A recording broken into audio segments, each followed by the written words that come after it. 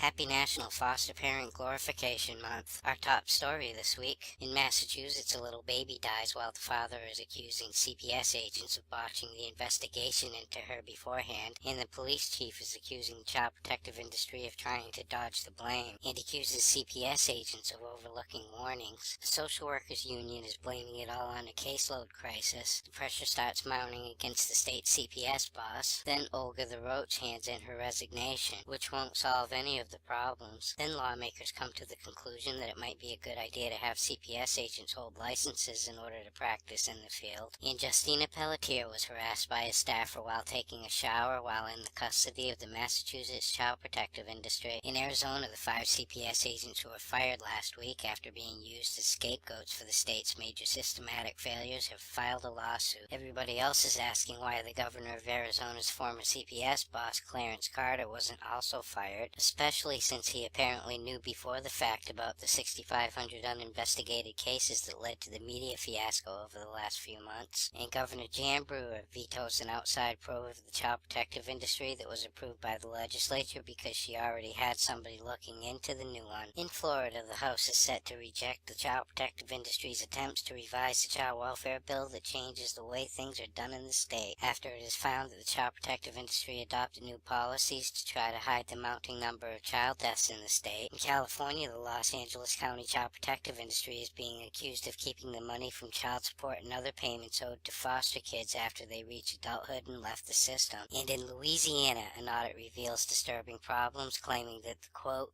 system is very broken, end quote. In Nebraska, gay people are suing for the right to adopt your children. In Oklahoma, the state's foster care reform efforts that were outlined in a 2008 children's rights lawsuit has been criticized by the New York-based child advocacy group, while a Rhode Island judge dismisses another lawsuit that was brought on by the same New York-based child advocacy group. In Oregon, the child protective industry says that they're going to try the family preservation approach. And in South Carolina, a state senator accuses Governor Nikki Haley of interfering with the state's child death panel. In India, a 27-year-old is arrested for raping his foster daughter. In Israel, a couple who was arrested for price tag vandalism is threatened with never seeing their children again. In France, gay rights groups are pissed off at a judge who blocked the adoption of an infant by a lesbian couple. And in Japan, the child protective industry is focusing on and is more likely to use institutional care rather than foster homes for their stolen kids. In Canada, a report by the Auditor General is exposing major failures in the Northwest Territories Child and Social Services Agency, saying that they're failing to protect children. In Manitoba, top Aboriginal leaders are saying that the province doesn't have the right to track children who have been seized by child welfare agencies on reserves. In Ontario, the Children's Aid Society is forced to move off a reservation because their lease ran out. In Ontario, a judge orders an infant to be released to his 17-year-old mother who is living in an ultra-Orthodox Jewish sect as long as she keeps him away from the father. In California, a foster mother is arrested for abusing a 9-year-old boy. In Louisiana, a judge finds a man not guilty of first-degree murder in the death of his 3-year-old foster daughter. In Montana, a foster kid is accused of sending anonymous threatening text messages to other kids. And in Florida, a foster father is accused of beating kids with a spanking spoon. In Pennsylvania, a man is accused of raping his foster daughter. In Michigan, a father was jailed for 6 months for child abuse, although he was innocent because the kid had rickets. A gay foster couple from Michigan are upset because they haven't seen a CPS agent in months. In Texas, a report finds that the child protective industry failed a slain toddler in Plano. And finally, tonight, a Texas mother is charged with making a false report of child abuse against the kid's father by sucking on the kid's skin to leave bruises and saying that the father hit him. For these stories and all the latest dirt on the child protective industry, visit www.legallykidnapped.com. And until next week, this is Baby LK.